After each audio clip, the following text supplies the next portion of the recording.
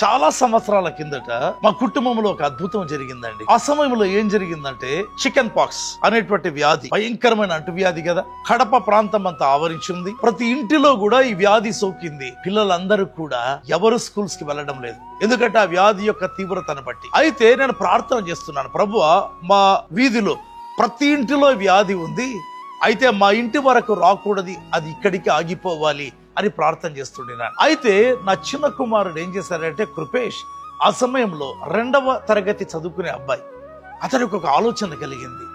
వీధిలో పిల్లలందరూ స్కూల్కి వెళ్ళడం లేదు, నేను ఒక్కరిని ఎందుకు వెళ్ళాలి స్కూల్ కని నాకు తెలియకుండా మా ప్రక్క ఇంటికి వెళ్ళి, ప్రక్క ఇంటిలో ఒక అబ్బాయి కరీముల్లా అనే అబ్బాయికి చికెన్ పాక్స్ ఉంటే ఆ అబ్బాయి దగ్గర పడుకోవడం ప్రారంభించాడు.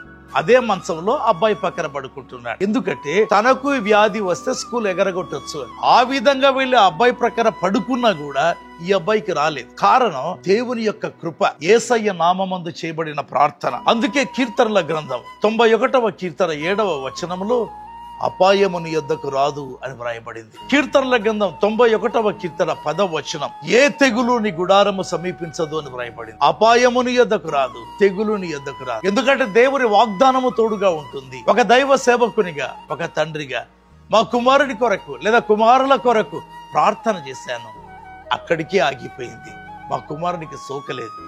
దేవుడు నమ్మదగిన వాడు.